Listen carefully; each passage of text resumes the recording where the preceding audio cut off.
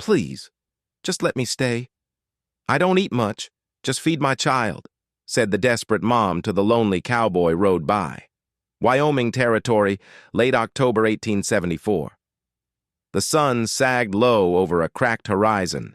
Cold wind swept dust into ghostly spirals, and brittle sagebrush snapped in the gusts. Distant hills loomed like dark shoulders beneath a fading orange sky. Asa Thatcher rode alone. His coat was patched, hat pulled low over a face hardened by wind and silence. His horse moved at a steady pace, just enough to outrun the dusk. He'd spent the day replacing a busted fence post on the north line, hands raw from work that dulled the soul more than the body. He didn't talk much, hadn't in years. The war had taken his voice for a while. The fever that followed took more. His wife, his boy. What remained was land, habit, and the slow weight of breath. Then something moved on the trail ahead. His horse huffed and slowed. Asa narrowed his eyes. Through the dust, he saw a woman stumbling, clutching something tight to her chest. She raised one hand, staggered a few steps, and collapsed in the dirt. Asa pulled the res. She didn't move for a moment, then slowly shifted, wrapping herself tighter around what she carried. A child. Please, just let me stay. I don't eat much. Just feed my child. Her voice cracked like dry bark. She didn't lift her head, only rocked the boy gently, whispering something in his ear. Asa stayed mounted, watching. She wasn't begging. Not really. Her voice didn't plead. It protected. There was something fierce beneath her collapse. He dismounted, her eyes lifted. Dirt streaked her cheekbones. Her hair had fallen from its pins, sweat damp and tangled. Her lips were split. The boy, maybe 3, lay limp in her arms, his small face hollow, eyes closed. "What's your name?" Asa asked. She blinked slowly. "Marin Sloan. This here's Cal." Studied the boy. The child barely moved. Too quiet, too light. There was no panic in her eyes, just endurance, worn thin. "Where's your horse?" "Didn't have one. Lost the wagon 3 towns east." She coughed. A dry sound. "We've been walking. Heard there were ranches. I just thought I'd try one more road." Her arms trembled, but she stood straighter. The wind picked up again, pushing her dress against her legs. No wagons in sight, no footprints behind her, just wind and grit. Asa knew what the safe thing was. Say no.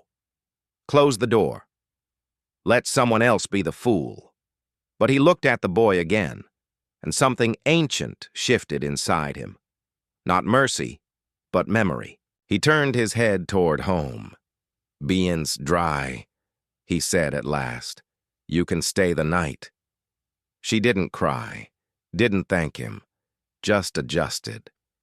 Cowl in her arms and stood. Her leg dragged slightly as she followed. They walked together. The ranch came into view. Faded walls, weary fences, one yellow lantern burning in the kitchen window. Asa led the horse through the gate and kept walking past the house and toward the barn at the far edge of the yard. The wind moaned low between the boards. He stopped and opened the door. "You'll find hay in the back. Cat's rough but clean." Marin paused in the doorway, looking into the shadows. Then she nodded. "That'll do," she murmured. "More than most." Asa didn't wait to see if she went in. He turned, boots crunching in the dirt, and walked back toward the house. The sky had gone from gold to blue, the stars beginning to spark. He reached the porch, stepped inside, and lit the lamp. Then he stood at the cupboard, staring at the row of tin plates. He reached for one, paused, and took down 2. The barn was colder than it looked. Wind slipped through the warped wood and whispered between the boards. Hay lay scattered, rope coiled by an empty stall. The lone cot sagged in the back corner. Marin knelt beside it, Cal still in her arms. She didn't speak as she unwrapped her shawl and tucked it tightly around the boy, then cupped her bare hand over his forehead to block the cold. He shivered once. His breath was shallow, eyes closed, but not asleep. She sat down back to the stall wall, not bothering to brush away the hay. Issa had left her without a word, but not long after his boots returned. The barn door creaked open. In his hands was a battered tin bowl of boiled potatoes, still faintly warm. He said nothing, just set the bowl down and turned to leave. "Wait," she said, not loudly. He paused. She reached out and took the bowl with both hands. Her fingers trembled. She split one potato apart with her thumbs. Thin steam curled up. She lifted a piece to Cal's lips. "Come on now, baby, just a bite," she whispered. The boy didn't open his eyes, but his mouth parted. She fed him slowly. Small bites, gentle coaxing. She didn't eat. Outside, Asa leaned against the barn post. Through a crack in the wood, he watched. Marin kept breaking small pieces, placing them against Cal's lips. When he'd had enough, she set the bowl down and licked her fingers once lightly, as if to remember the taste. She pulled Cal close again. She didn't lie down. Her hand rested on his ribs, counting breaths. She didn't pray. She didn't cry. She just held her boy like he was the last fire left in her world. Asa watched a moment longer, jaw clenched. Then, he turned back toward the house. Inside, the cabin was dark. He didn't light a lamp. The hearth was cold. He rinsed his hands, wiped them on the cloth hanging over a chair. He stood at the cupboard a long while. Then he reached up and pulled down another tin plate. Quietly, without thinking, he set it beside his own. 2 plates, one for him, one for something that wasn't pity, wasn't habit, maybe hope. He sat in the dark, elbows on knees, eyes fixed on the dead hearth. Wind pressed faintly at the windows. He didn't know why he brought her food, or why he stood, watching her feed a boy who barely moved. It wasn't kindness. It was memory. The echo of a voice at midnight soothing a fevered child. The way she held that boy, not begging, not ashamed, like she was the last line between him and the world. He reached for the firewood, then stopped and sat back, letting silence settle like dust. Out in the barn, Marin pressed her cheek to Cal's hair, her hand still rising and falling with his chest. Her other hand gripped the edge of the cot, just enough to stay upright. Wind slipped through the slats like fingers, searching for warmth. The potatoes had gone cold, but the boy was still breathing. That was enough for tonight. The morning wind hit hard. It howled through the bare branches and slammed low against the barn roof, making the old beams groan. Frost clung in thick edges, along the water trough, and the sky was the color of tin. Asa opened the barn door just after dawn. He had come to check the mayor's feed, maybe make sure the woman hadn't vanished in the night, like some desperate ghost. What he found instead made him stop in his tracks. Marin was kneeling on the frozen dirt near the pump, sleeves rolled to her elbows, bare hands sunk deep into a basin of icy water. She was scrubbing cloth, diapers, maybe a shirt against a flat board using a small brush made from tied straw. Her breath came out in pale puffs. Her cheeks were flushed red from wind exposure, lips cracked. The edge of her dress was hitched slightly above the ankle. Her right foot was twisted outward at an unnatural angle. The boot worn thin. The exposed skin near her sock line was raw. Purple bruises cracked and flaking where old blood had dried. She did not notice him watching. Her eyes were locked on her hands, moving with tight, efficient rhythm. From behind her, Cal let out a sudden fit of coughing, a rough, dry sound that turned sharp at the end. She dropped the brush, wiped her hands on her skirt, and turned fast. "It's okay," she murmured, kneeling by the boy, who sat propped against a folded sack of hay. His little chest heaved. She coup-puffed her cold, wet hand and pressed it against his back. "Baby in out, that's it." Asa stepped forward, gravel crunching beneath his boots. "You'll make yourself sick," he said, voice low but sharp. Marin didn't turn around. Some office already is, she answered. I can't afford both. He clenched his jaw, breath visible in the cold. He wanted to say she was being foolish, that she would be no help to that boy dead, that frozen hands meant infected wounds, which meant fever, but he said nothing. She went back to scrubbing the cloth, slower now. The water in the basin had gone pale with soap and cold. Her knuckles whirred and beginning to swell. He turned and walked away without another word. At afternoon, he passed the old lumber pile, behind the tool shed. There were a few good pieces of pine that had dried right. He stared at them for a minute, then hauled one onto the sawhorse and began cutting. He measured by eye, no need for plans. His hands remembered enough. It took just over an hour to shape 2 thick curved rails and a set of shallow legs, parts for a rocker. It would not be pretty, but it would be solid. When he was done, he left. The pieces just outside the barn door. No explanation, no note. That evening, when he returned from checking the western fence line, he saw her sitting on the barn's edge, piecing the cradle together with a broken-handled hammer and a few old nails. Cal sat bundled nearby, holding a pine shaving like it was, a toy. She didn't ask why he made it. He didn't ask why she knew how to finish it. By sundown, the little cradle was upright, rough but sturdy. Marin laid an old blanket inside, then carefully lifted Cal and settled him in. The boy curled on his side, thumb in his mouth. Marin stood up slowly, back stiff, and looked at the finished work. And then, so faint it nearly passed unnoticed, she smiled. It wasn't wide, it didn't last, but Asa saw it. He was halfway across the yard, filling the wood bin by the porch, when he looked up and caught it. A smile. It stopped him cold. He stared a second longer than he meant to, because the last time a woman had smiled like that on his land, she had been standing barefoot in the doorway, laughing as their boy reached for her braid. That was 6 winters ago. He dropped the log in his arms and turned away before she noticed him watching. But the echo of her smile stayed with him well into the night. The first days passed like thawing ice, slow, hesitant, fragile. Mornings came gray and cold, but inside the cabin the air had begun to shift. Cal was stronger, still pale, still prone to startle awake with a sharp breath, but his eyes were clearer now. He laughed when the fire popped too loud and clung to his mother's, sighed like her breath kept him upright.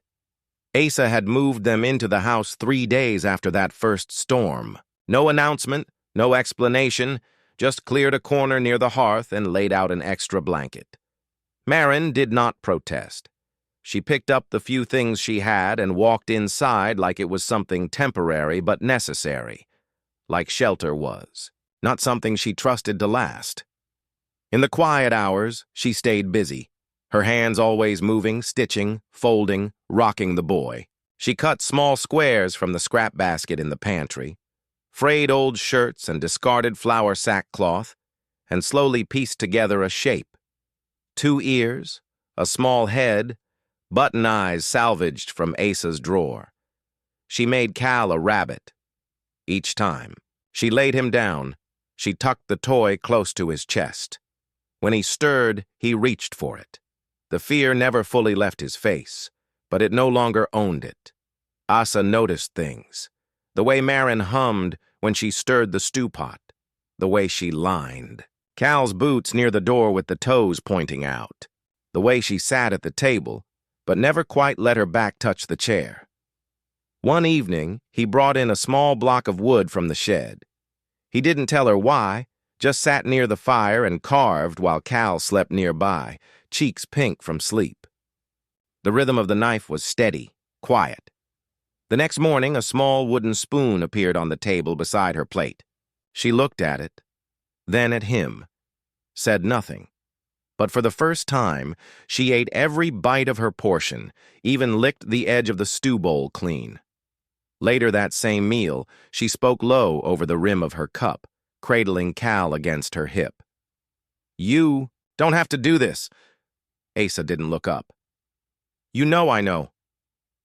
That night, the cold rolled in thick. Wind howled like a dying thing outside. The hearth burned steady, but the chill still found its way in through the cracks. Cal woke with a fever, skin hot, breath short. He whimpered and curled tight against Marin's chest. She tried cool rags, rocking, humming the old tune she used when he was teething. Nothing worked. Panic crept into her voice. Cal, baby, come. On now. Stay with me, please. Asa moved without a word. He pulled a jar from the cabinet, a thick root and dark liquid, and measured out a spoonful. He brought it over, gently pried the boy's lips apart, and helped Marin tilt the medicine down, his throat. Then he laid one broad hand across the child's forehead. His touch was awkward, unsure, but steady. Breathe, little man, he whispered. Your mama's stronger than most. He sat beside them the rest of the night, his back to the wall, eyes fixed. On the fire, while Marin, exhausted, leaned her head against his shoulder. At some point, her hand found his coat sleeve and stayed there. She did not thank him. He did not expect her to.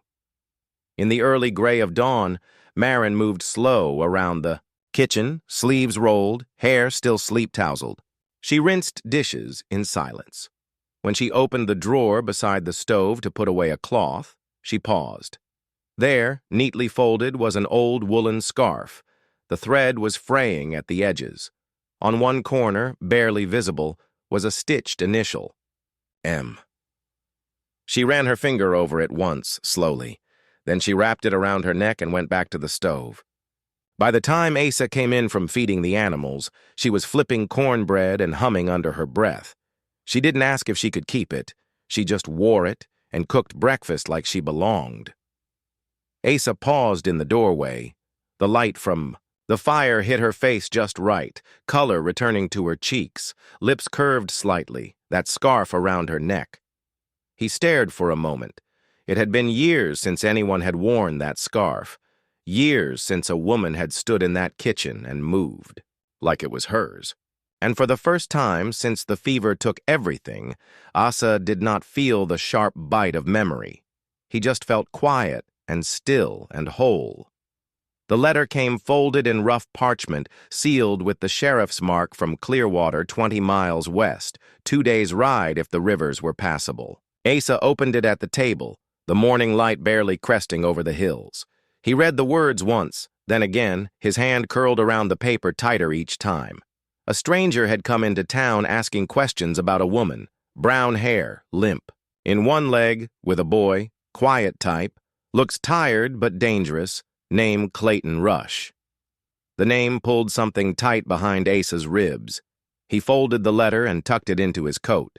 When Marin came in from tending to Cal, he was already pulling on his boots. You going somewhere? She asked. Checking fences, he replied. North line. She didn't question it.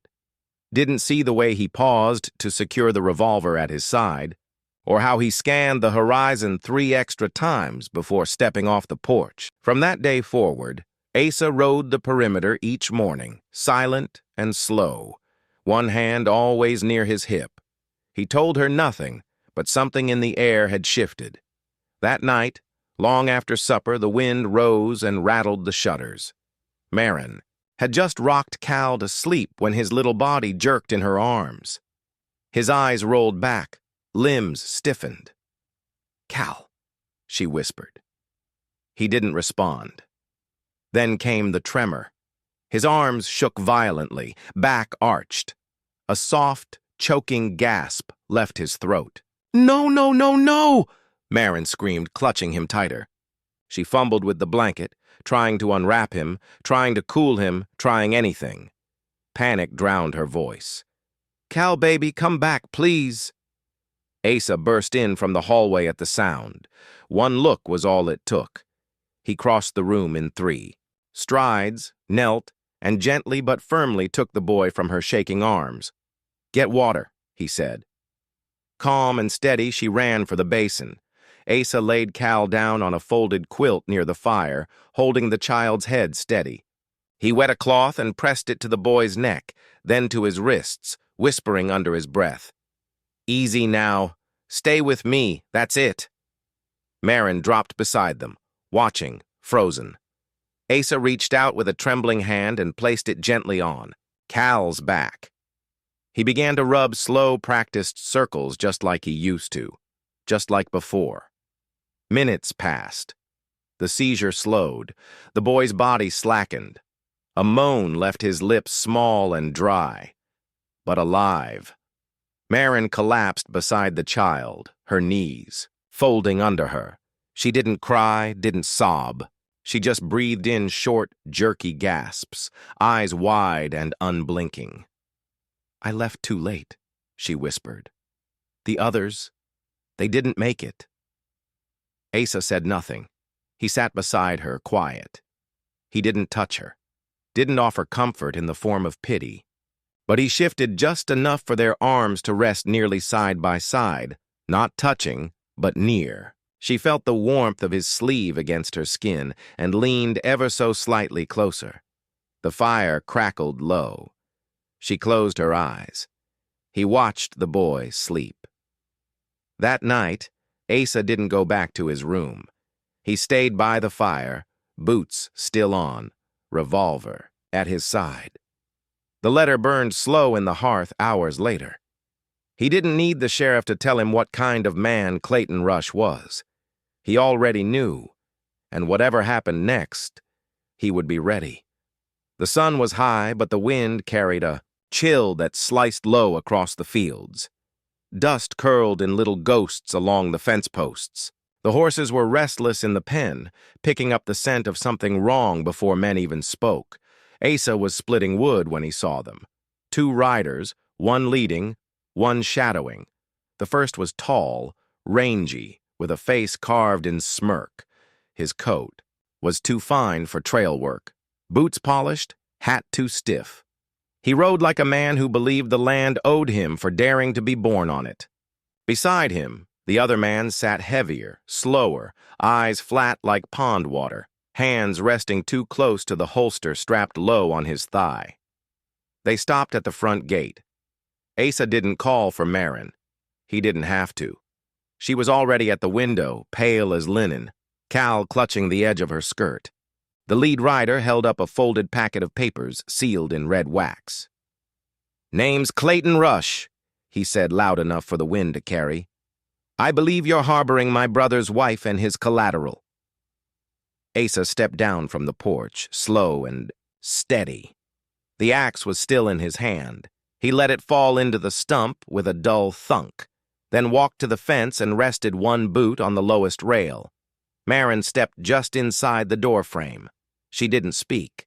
Her hand shook against the wood, but she stood upright, keeping Cal behind her. Clayton grinned when he saw her. "There she is.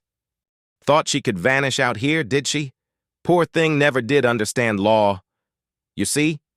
He held up the papers again. "She broke a contract. And that boy? He ain't hers. Not legally. He's named in the debt means he's mine." Asa said nothing. Clayton's grin slipped a notch. "I got a signed order from a magistrate. That woman belongs in court and the boy belongs with blood. My family's blood." Still no reply. Clayton gestured to the hired gun who adjusted his reins and began to reach slowly for his belt. Asa moved only his eyes. That was enough. The hired man froze, hand inches from iron, and said under his breath, "This ain't worth the coin." Clayton turned irritated. "You go yellow on me, Ray." Ray shook his head once. "I go living. Big difference." The silence was thick, heavy, stretched tight like barbed wire. Asa stepped closer to the gate, just one footfall, calm, measured. "Ain't no one crosses that fence," he said, voice low, "unless they want to dig their own grave." Clayton's eyes narrowed. "I'll bring law next time." "You do that," Asa replied, "and bring shovels." Clayton stared a second longer, then jerked his reins. His horse backed up, restless beneath him. Ray followed without a word. They rode off without looking back. Only when the dust settled did Asa turn toward the porch. Marin was still there, frozen. Her shoulders trembled, and her hand had balled the fabric of her skirt tight enough to leave wrinkles. Cal peeked around her leg, blinking slowly, not understanding but sensing. Asa didn't speak. He walked up the steps, past them both, and opened the door wide. Then he looked Marin dead in the eye, not questioning, not comforting. "Is there still stew here?" She let out a shaky breath. Her shoulders dropped. Cal pressed his face into her thigh, and she lifted him into her arms without a word. Inside, the kettle began to whistle. Asa turned to take it off the fire. He poured 2 mugs, sat at the table, and waited. Not because he was polite, but because he had drawn a line. And for the first time in a long, long while, someone had stood behind it with him. The road to the county courthouse stretched wide and bitter, a ribbon of frozen ground winding through open plains and pale sky. 40 miles of wind, silence, and breath like smoke. Asa rode ahead, leading the way. Behind him, Marin held Cal in front of her. Both arms wrapped tight around the boy as they moved with the rhythm of the trail. Her shoulders ached, her thighs burned. Twice she nearly slipped from the saddle, but each time she straightened without help. "I can ride," she said when Asa looked back. "Do not lift me down." He didn't argue. By the time they reached the courthouse in Red Hollow, her lips were cracked from cold and her legs numb, but her spine stayed straight. Inside, the air was dry and tense. The sheriff met them in the outer hallway with a furrowed brow and a folded paper in his hand. He's got documents," the sheriff muttered, handing them to Asa. "Filed them clean. Looks like adoption papers, notarized and sealed, but the signatures forged yours, apparently."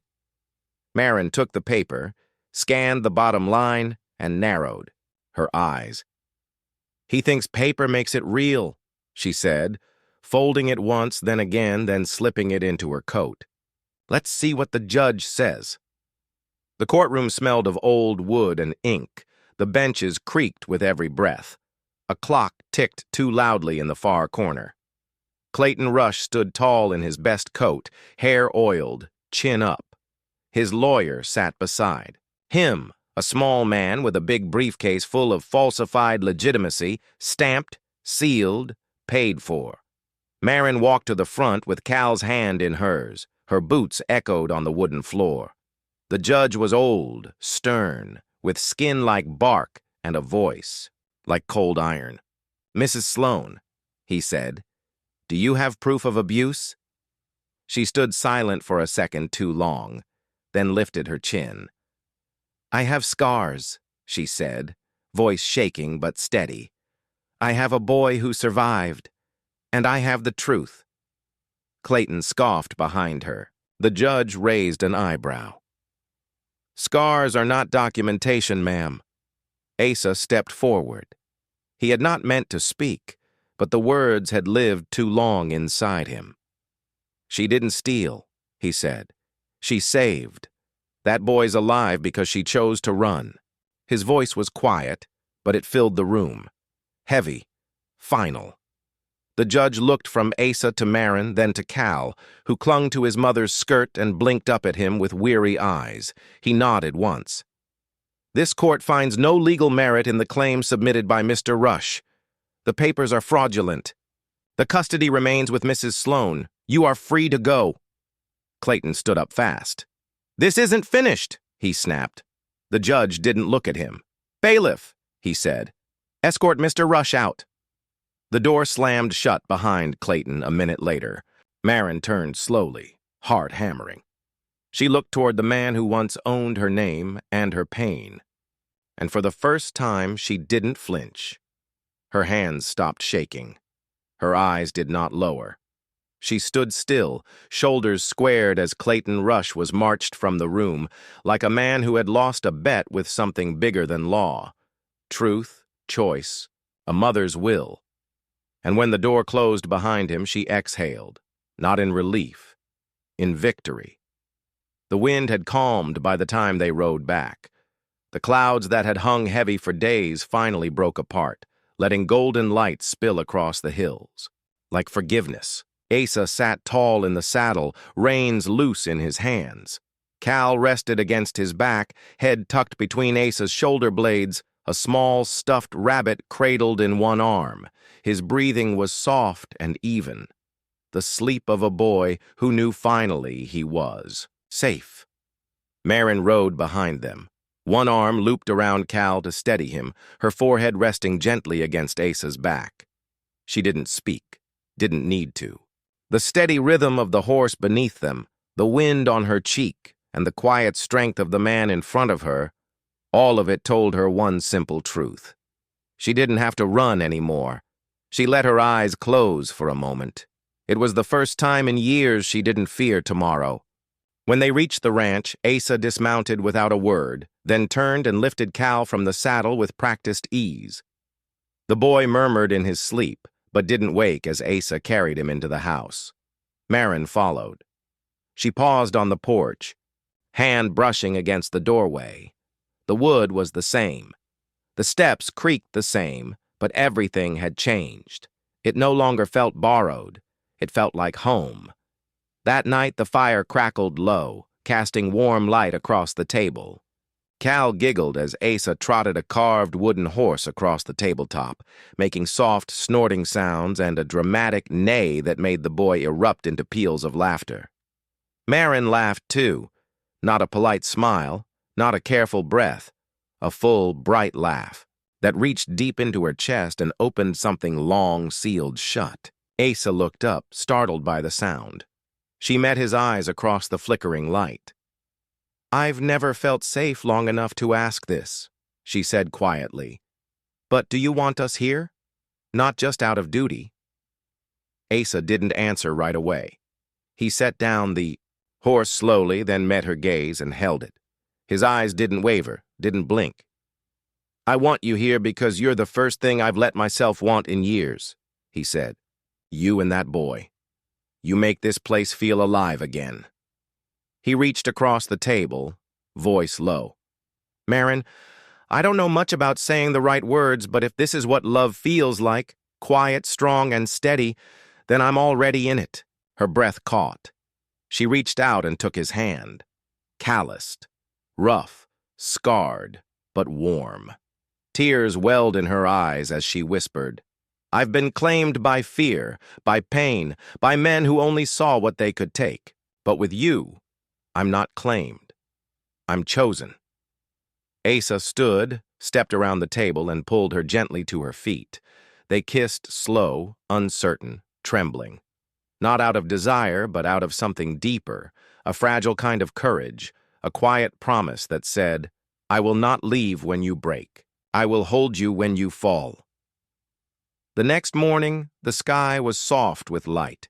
Dew glistened on the fence posts. Asa walked the line with his gloves in one hand and hammer in the other. Behind him, small footsteps thudded across the dirt.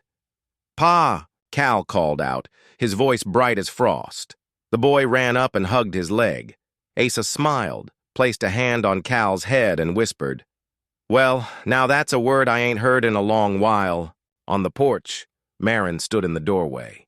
One hand rested lightly on her belly. She hadn't told him yet, but the look she gave him said everything. Hope, trust, love. In the wild, cold West, two broken souls didn't just survive. They found family, found warmth, and found a reason to stay. Not out of desperation, but out of love. If this story stirred something in you, a heartbeat, a memory, a longing for a kind of love that fights through silence and survives the storm, then you're one of us. This is Wild West Love Stories, where every tale is dust, danger, and devotion. If you want more stories where broken hearts find healing in wide-open skies, where love rises from the ashes of loss, and where even the loneliest trails lead home, subscribe to the channel. We've got more coming. More stolen glances, more untold sacrifices, more moments that'll make you pause and breathe deep. So, saddle up, subscribe to Legends of the Wild West Stories, and remember, sometimes the strongest. Love is the one that doesn't need saving, just a place to belong. We'll see you down the trail.